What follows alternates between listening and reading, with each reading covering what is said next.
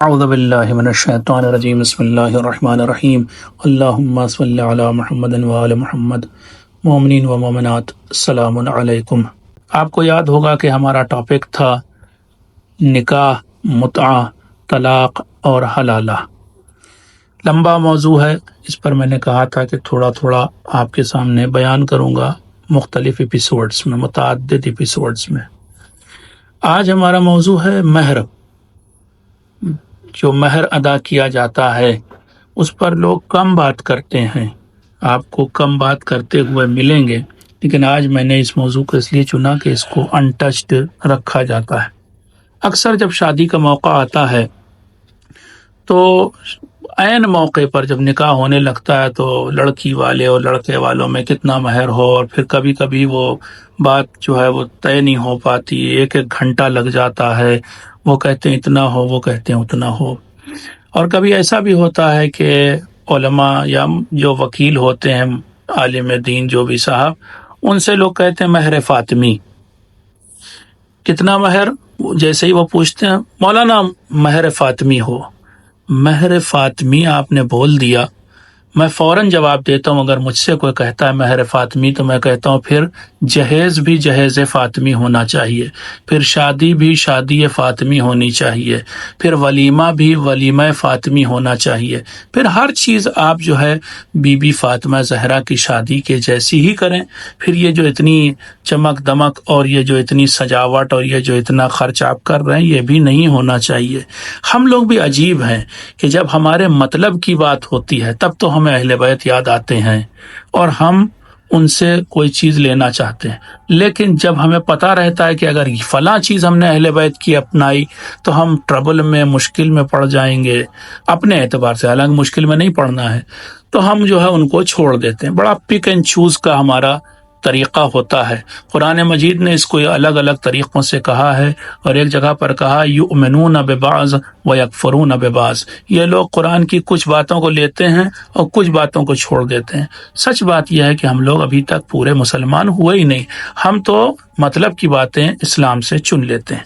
آئیے اب مہر فاطمی کے بارے میں تھوڑی سی بات کریں کہ کتنا تھا بی بی فاطمہ زہرا سلام اللہ علیہا کا مہر۔ کہتے ہیں کہ الگ الگ روایات ہیں، اگر آپ ان کو جمع کریں تو لگتا ہے کہ وہ 400 سے 500 درہم کے درمیان کہیں پر ان کا مہر تھا۔ اور درہم معلوم ہے آپ کو اس زمانے میں چاندی کا سکہ ہوتا تھا، اگر اس سکے کو تولا جائے تو 1250 گرام سے لے کر کے 1500 گرام تک چاندی بنتی، یعنی 1.25 کلو سے 1.5 کلو تک۔ لیکن اس زمانے میں ہر 10 درہم کے برابر 1 دینار ہوتا تھا، اور دینار سونے کا سکہ ہوتا تھا، یعنی 10 چاندی کے سکے 1 سونے کے سکے کے برابر ہوتے تھے۔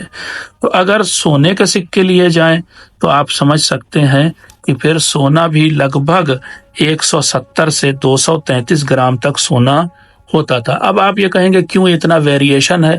وجہ یہ ہے کہ اس زمانے کے سکے ایک دم پریسائز نہیں ہوتے تھے، کوئی ہلکا کوئی بھاری ہوتا تھا۔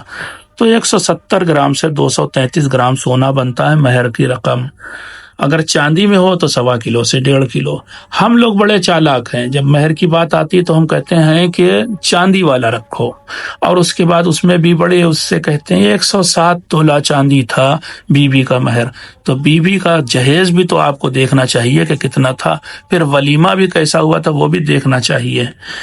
تو بہرحال ہم یہ نہ کریں، یعنی توبہ توبہ استغفر اللہ، اہل بیت کو دھوکہ دینے کی کوشش نہ کریں۔ اچھا یہ بھی آپ کو بتا دیں، یہ جو مہر تھا اسی سے جہیز خریدا گیا تھا۔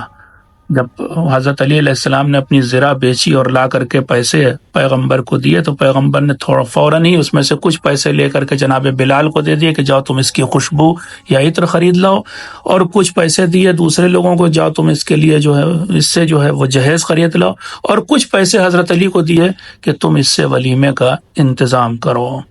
تو وہ جو مہر کی رقم تھی اسی سے یہ سب ہو گیا۔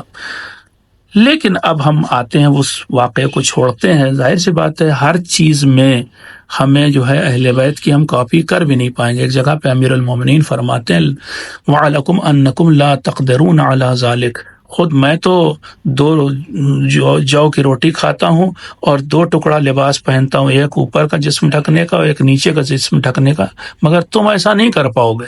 ویسے ہی شادی بھی اہل بیت کے جیسی اور ہم اونٹ کی کھال جہیز میں دیں، یہ ہو نہیں پائے گا ہم سے۔ تو اب فقہا یعنی علماء اور مجتہدین اس بارے میں کیا کہتے ہیں؟ علماء اور مجتہدین کہتے ہیں کہ مہر المثل ہونا چاہیے۔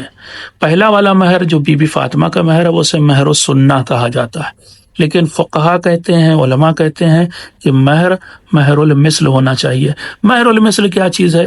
یعنی وہ جو لڑکی ہے جس خاندان سے بلانگ کرتی ہے اس خاندان کو دیکھنا چاہیے کہ اس جیسے اسٹیٹس کے، فائنینشیل اسٹیٹس کے لوگ سماج میں کتنا مہر دیتے ہیں اور اسی کے حساب سے مہر ہونا چاہیے۔ مثلا میڈیم انکم گروپ کو بلانگ کرنے والی لڑکی کا مہر 1.25 کروڑ روپے نہیں ہونا چاہیے، اسی اعتبار سے کہ جس وہ ماحول میں اور جس اسٹیٹس کے مطابق رہتی ہے۔ مگر پھر میں کہوں گا کہ فقہا کی یہ ٹرم بھی بڑی ویگ ہے، اس میں بھی پتہ نہیں چلتا کہ کتنا مہر واضح طور پر۔ بہرحال میں اپنا نظریہ اس میں پیش کر رہا ہوں، یا کسی فقیہ کا نہیں ہے، ایک طالب علم کا نظریہ ہے۔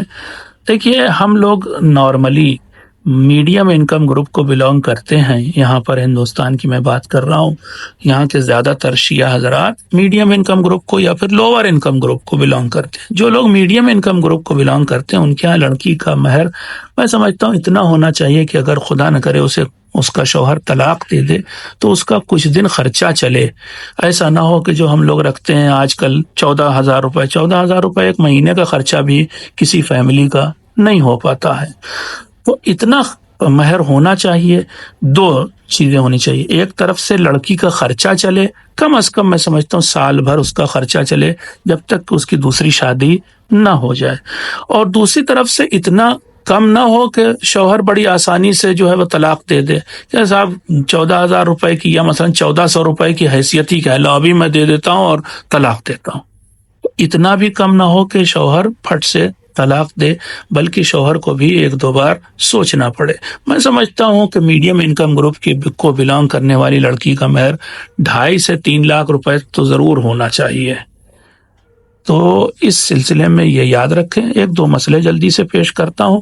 دیکھیے مہر کے سلسلے میں جو آیت قرآن مجید میں آئی ہے وہ سورہ نساء کی 4 نمبر آیت ہے، 4 سورہ 4 آیت، وَآتُوا النِّسَاءَ صَدُقَاتُهُنَّ نِحْلَةً، اور تم لوگ عورتوں کو ان کا صداق دے دو خوشی خوشی۔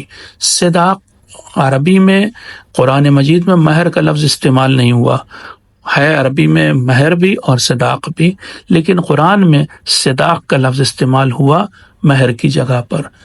اب صداق بنا ہے صدق سے، ایسے آپ سمجھ لیے کہ تم لوگ سچے دل سے، سچی نیت سے عورتوں کا مہر ادا کرو خوشی خوشی۔